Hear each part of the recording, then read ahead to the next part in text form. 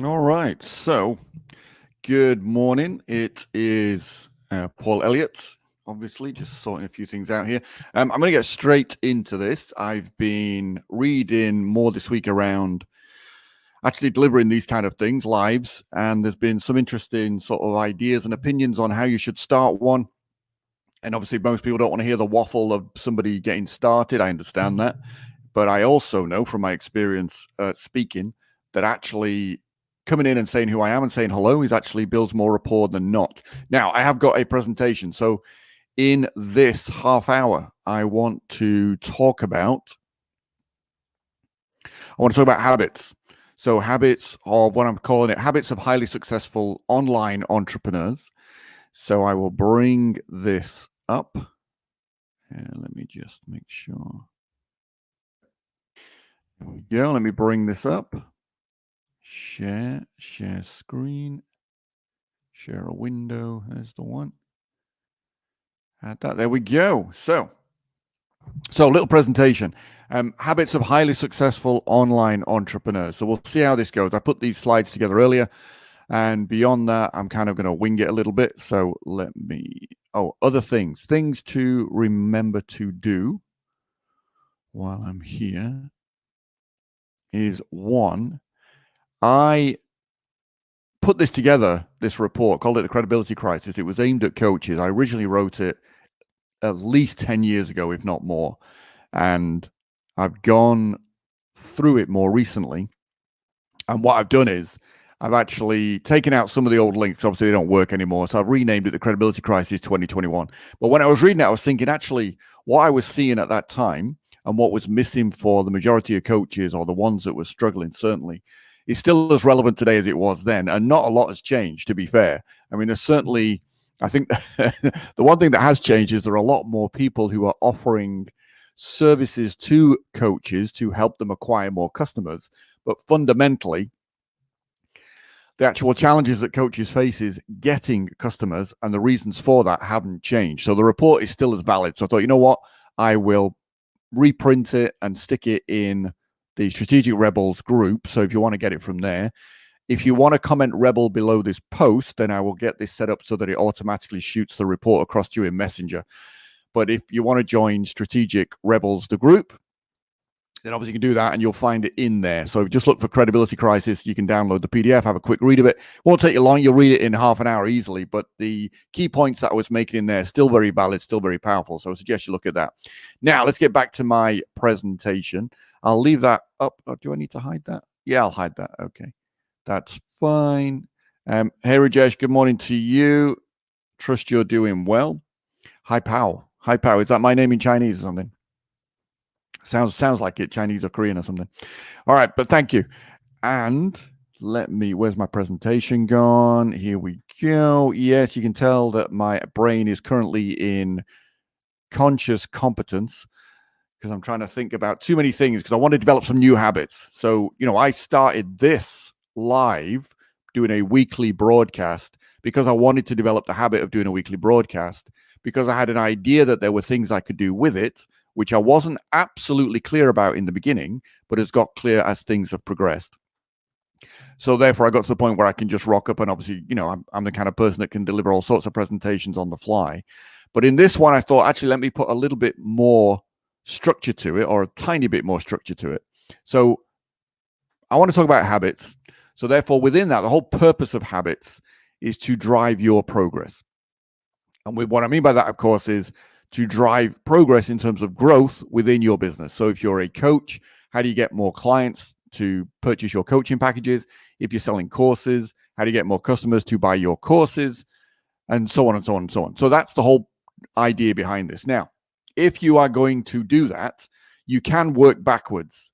And ultimately, if you think of it in terms of what drives your behavior, the first thing, of course, is your identity. So I'm going to go through these things. This kind of give you an understanding of why habits are important. And then I'll sort of dive into what you do to use them. So identity drives all your behavior. Fundamentally, ultimately, you want consistency. Like anybody can do something once in a while. Like anybody can go to the gym once. And I've seen that happen regularly with a number of friends over the years who I've encouraged to come and work out. and they've sort of said, yeah, I'll come and work out once, or I'll come and work out with you. And they've come along once and that's it. They've never gone back again. And so they've done it once, but it hasn't. And it's really interesting for me because in my head, I cannot understand why somebody wouldn't work out on a regular basis.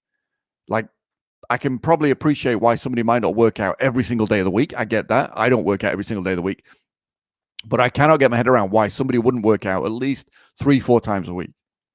Now, that might sound a little bit arrogant. I don't mean it that way. What I mean by it is my identity is so built around that. It's like I couldn't conceive of not working out. Does that make sense?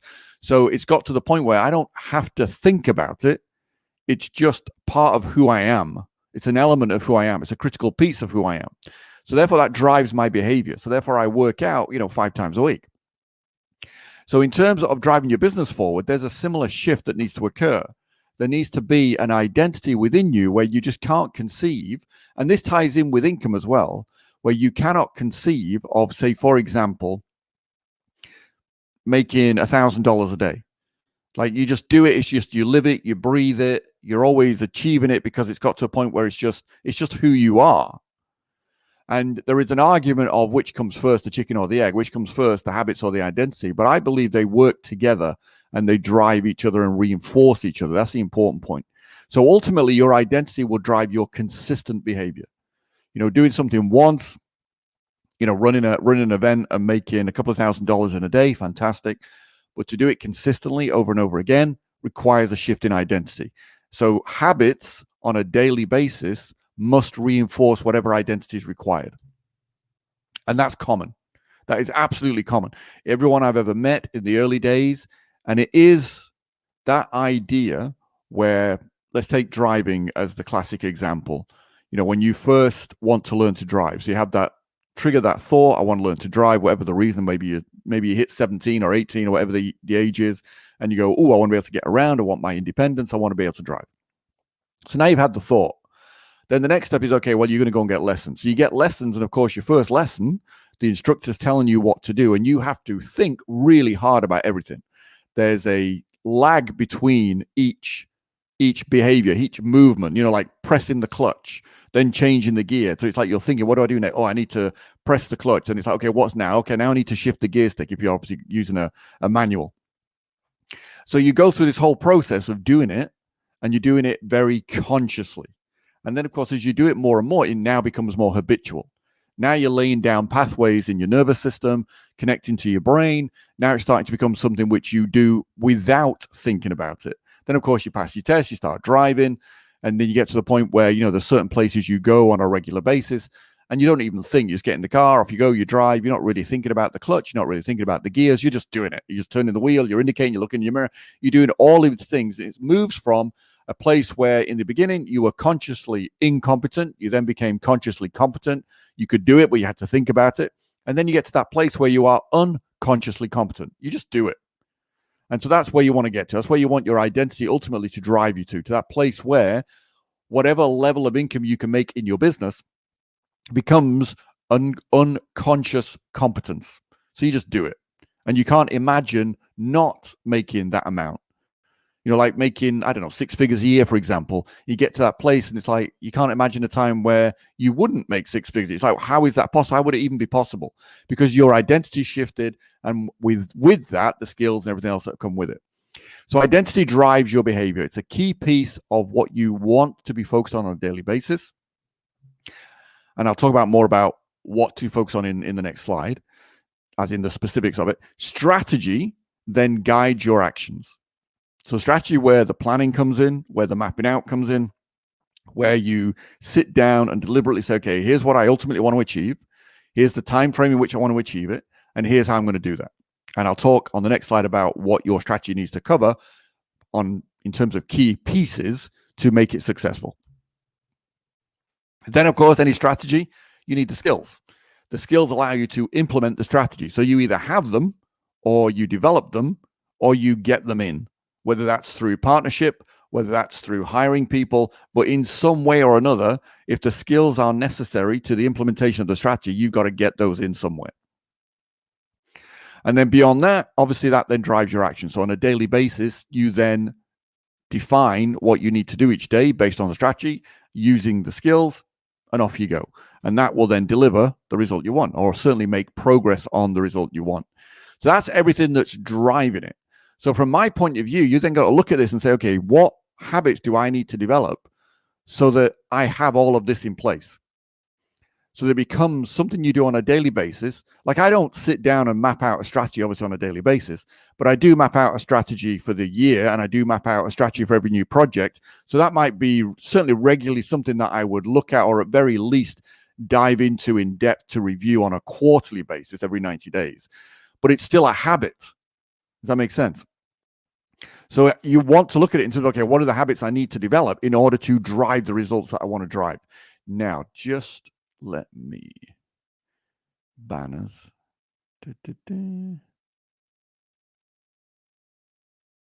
Oh, that's okay. That's okay. This one I've talked about. Just to remind you, grab the reports. Yep. Okay, let me keep moving. As I say, I'm trying to develop new habits in this to see what works and what doesn't work. Okay, where's my presentation? Here we go. Right, so daily habit. Oh, goodness sake. Nope. 1 second. I've lost my slides. Play slideshow in window. Here we go. There we go. Then I need to share it again. Share screen, share window. There we go. Right. Then don't touch that. Just leave it. I'm talking to myself there. Right. Okay. So, all right. Daily habits then. First of all, identity itself. This comes down to defining your future self. I've talked about this a little bit before. But then once you define who that future self is, so think of it in terms of you're going to be ultimately making a transformation within yourself. That's just my experience and a way for me to describe what needs to happen when people want to be more successful financially than they currently are. There's an identity shift that occurs, but it doesn't occur after the event. This is never chicken and egg. You know, when I've spent a lot of time with Errol digging into his sort of psyche, if you like, and his mindset, and it was very interesting for me as we sort of peeled back some of the layers and he sort of answered some of my questions and dug deep. It was very clear that from day one, he had a very clear idea, a vision of who he wanted to be from day one. And that is consistent. You know, when I've spoken to Derek Redmond, the Olympic athlete, same idea. Day one, there's a very clear idea of who you want to be. That ties in with what I call your future self. It's like, who is that future self? Does that future self embody, even if you're not clear? Like, I know when I've done this in the past, I've sat down and defined who I wanted my future self to be. And like, you know, I mentioned last week that, you know, I'm going to build an e-commerce business. I'm going to grow it to, you know, something like 40 million a year. So therefore there's a future self that ties in with that, which I wanted to modify, enhance, amend based on the identity I already have for myself. It's like, do I need to adjust it in some way to pull me towards having an e-commerce business that delivers that kind of result? And so I started digging into it. So I may not have absolute clarity of all the other pieces in terms of the business strategy or the skills that are necessary. I might not have clarity of that, but I can certainly in my mind create a future self that embodies whatever those qualities are. So for example, I might not have all the necessary skills, but I can embody the quality of knowing I will be smart enough to recognize when I don't have the skill and smart enough to get that skill on board. So I'm not being as distinct or as defined as I'm going to learn something, or I'm just kind of clarifying that I'm going to bring that in and I'm going to be smart enough to recognize it. So I can embody that level of intelligence in my future self. Does that make sense? And that's what I'm interested in. So I craft a very clear vision of who I need to become, and I see it in my mind. And the way I see it is I see me, so I can see myself. It's like looking in a mirror, like you can see yourself.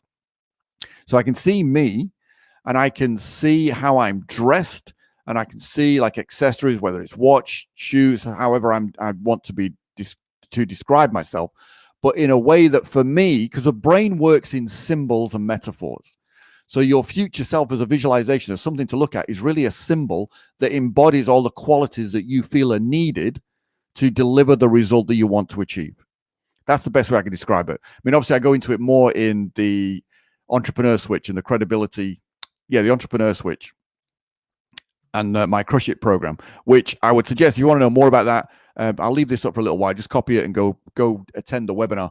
I'm doing a webinar next week live, so you can attend a live version of that, and you can find out more about that. But that's what it ultimately is. It's like your identity needs to shift. That's the important part. That's the bit to take away from this.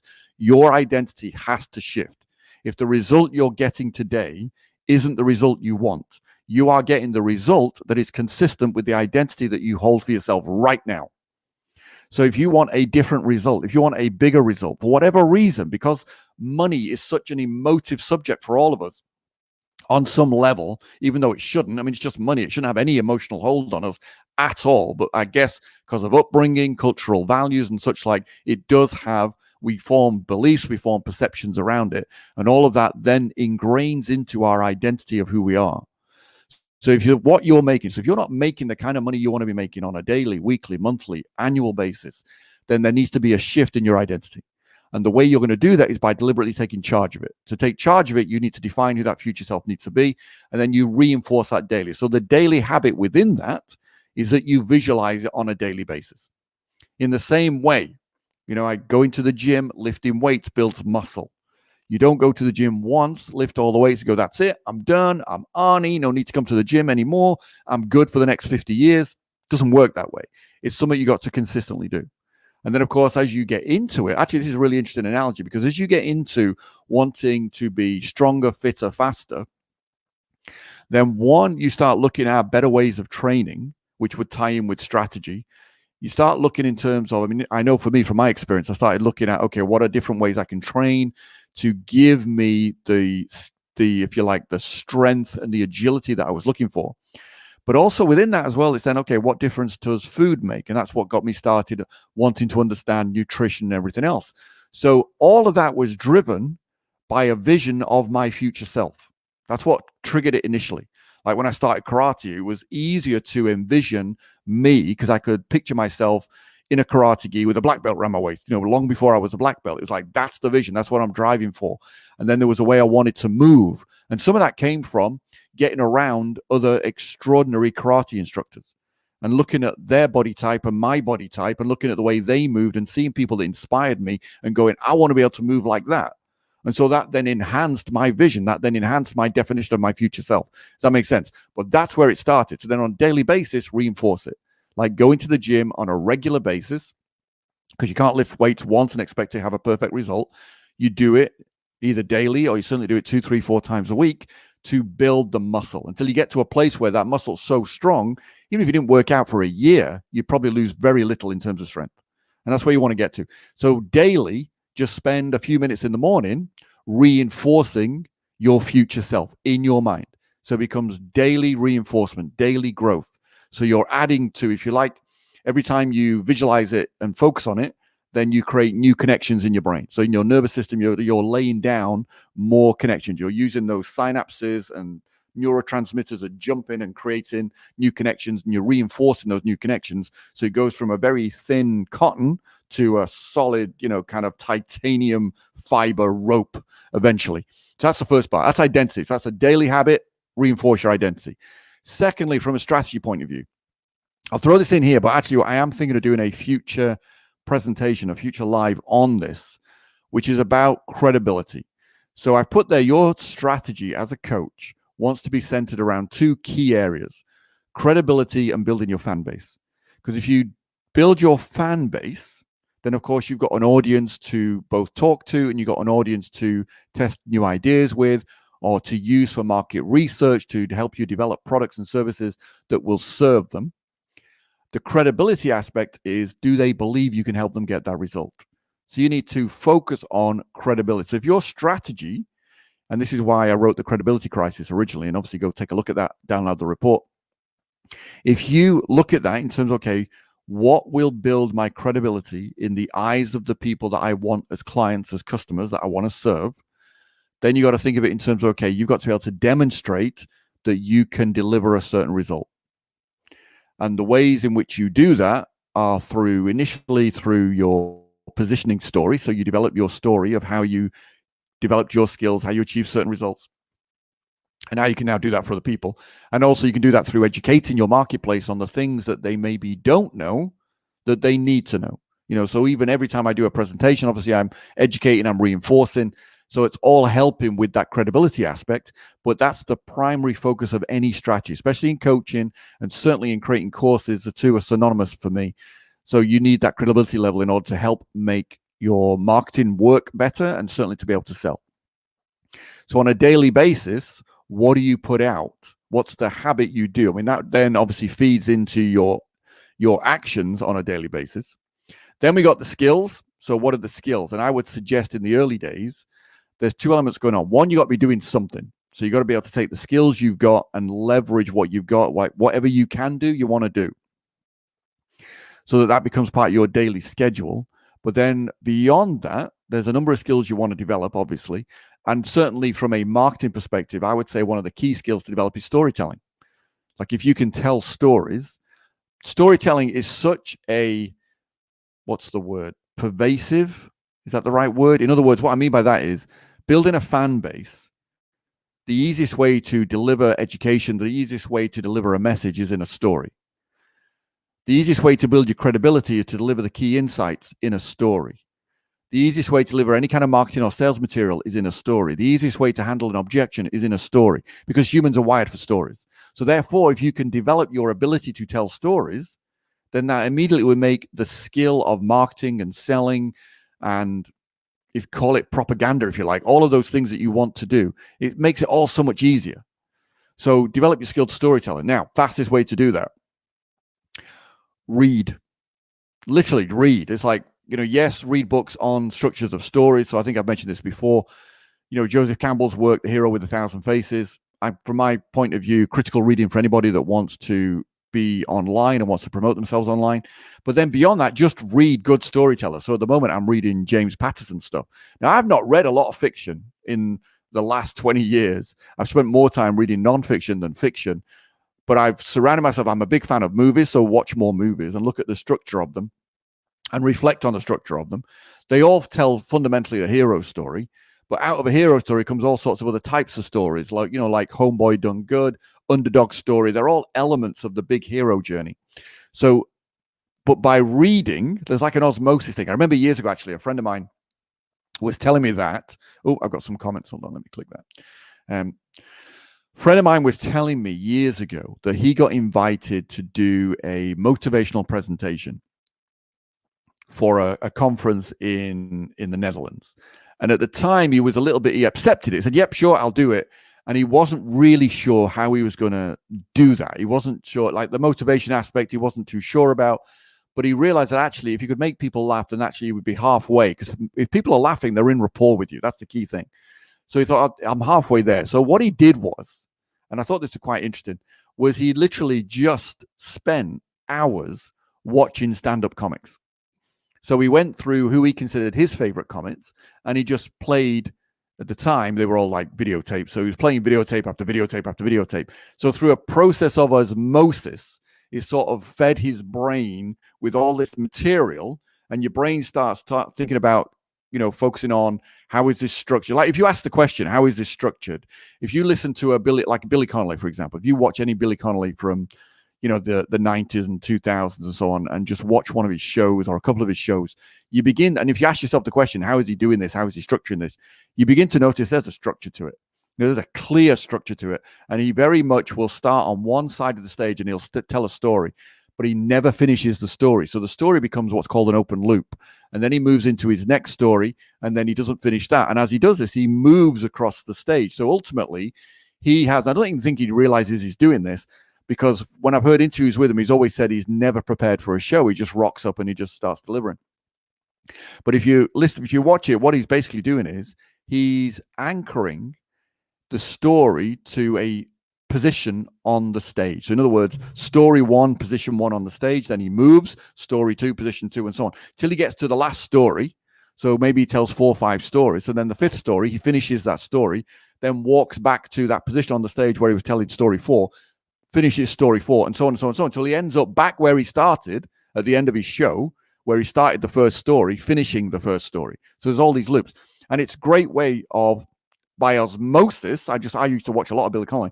By osmosis, all this feeds in. And I got the idea from my friend who wanted to do this, who was doing this show in the Netherlands, not a show, he was doing this presentation in the Netherlands. So he did this, he went there, and it was a fantastic success. You know, he had the humor side, he had insights. He was a big fan of Jack D. I'm not a big fan of Jack D, but he was. And he so used that sort of dry kind of comedy a lot within what he was doing, but not planned. It was just by osmosis, it feeds in. Then your brain starts looking for cues in the audience or in the room that fight. And I know that's how I use humor when I'm live, is I don't plan humor. I just allow whatever happens in the room to feed the ideas. And it just becomes instinctual. It gets to a point where it's unconsciously competent again. So I would say storytelling is your primary skill. I like James Patterson. Can you do your next video on how to write stories and storytelling? I can certainly think about it. There is a program on that as well, which I think you've got access to. But yes, so I can think about that. So storytelling, so that I would say is a skill, and the easiest way to develop it is through osmosis. So read, like the reason I said James Patterson is because he's a phenomenally successful author. So if he's so successful, then people like his stories. If that many people like his stories, there's something to learn. You know, the whole success leaves clues. So daily basis, daily habit, read 10 pages. That's my habit. Read 10 pages a day. That's all it takes. So it's that habit of do something, feed your mind. I mean, there's been plenty of speakers talking about this idea of, you know, feeding your mind with good stuff. But I would say feed your mind in a way that allows you to enhance that skill of storytelling, because that's a key skill for you in growing your business. So read the James Patterson, read some other people.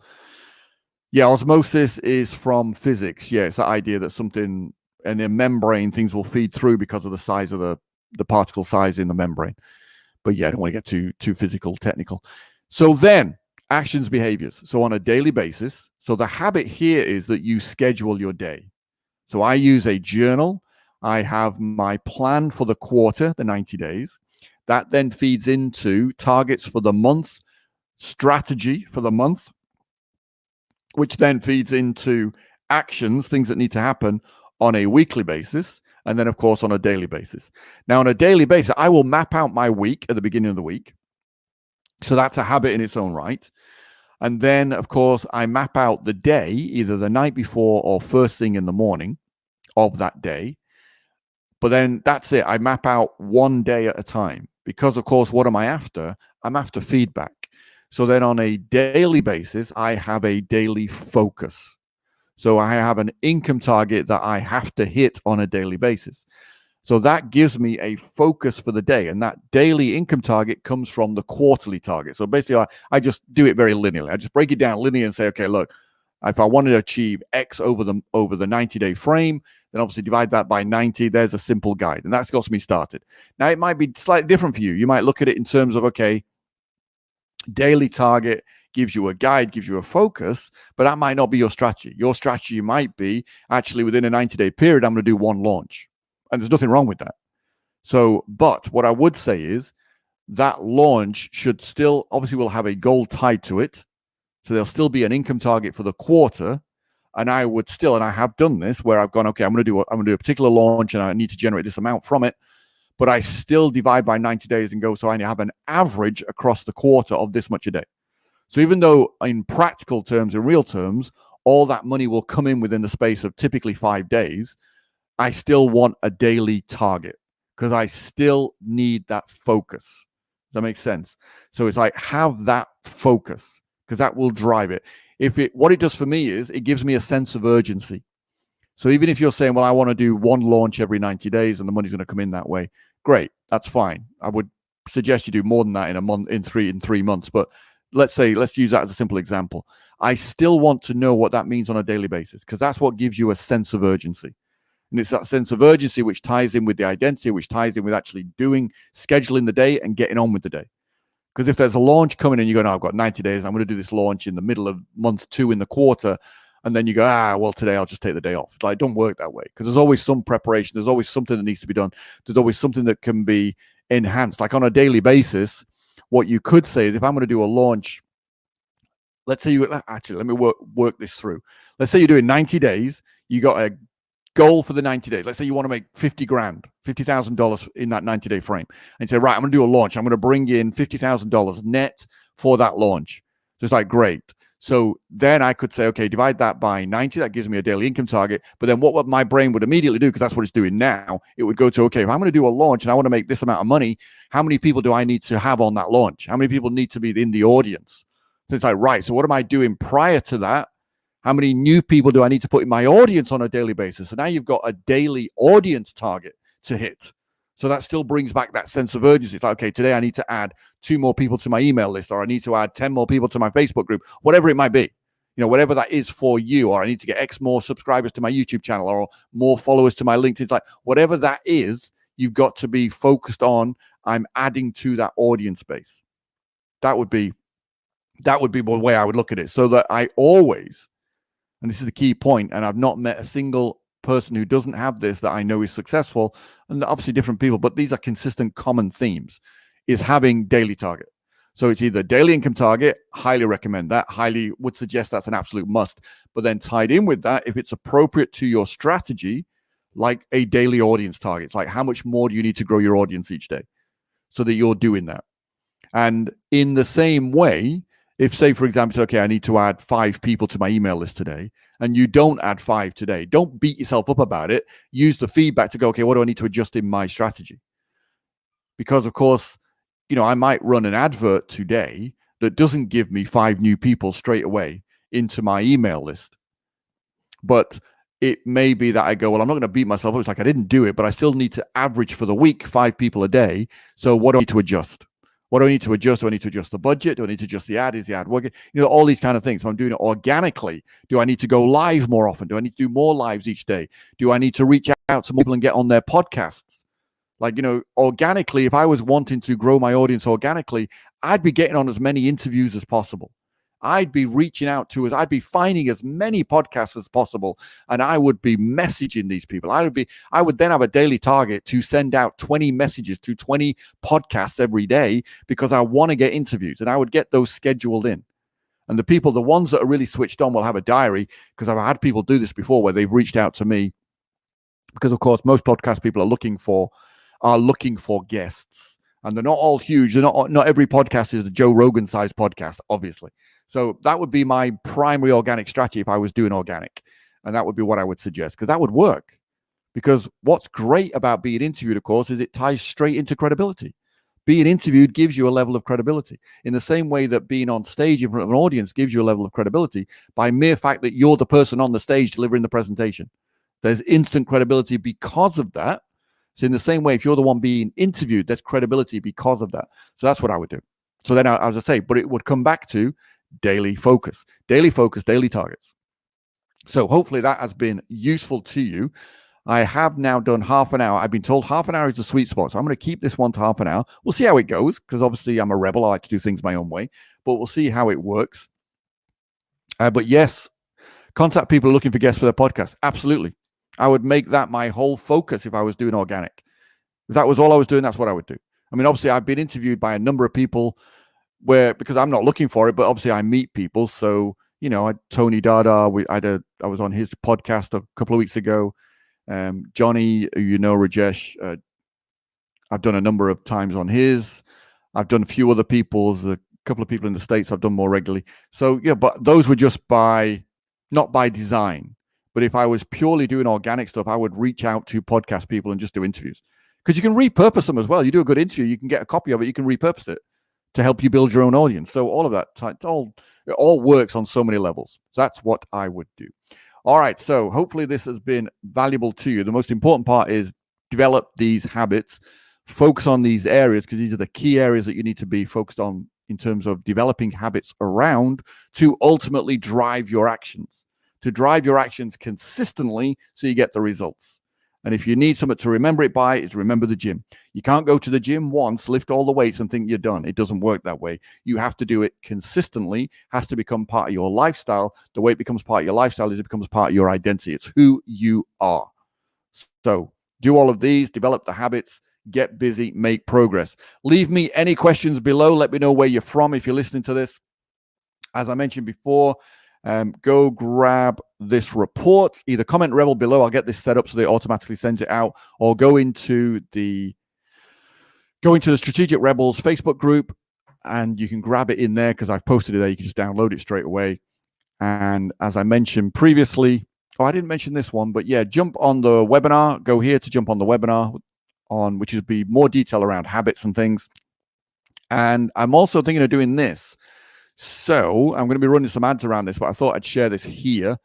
So if you'd like to do a half-hour strategy session with me, then follow that link. It is paid. It is ridiculously cheap, but I'm using it. So we're both benefiting. I want to know, get an insight into you, which will help me in terms of understanding the challenges you're facing.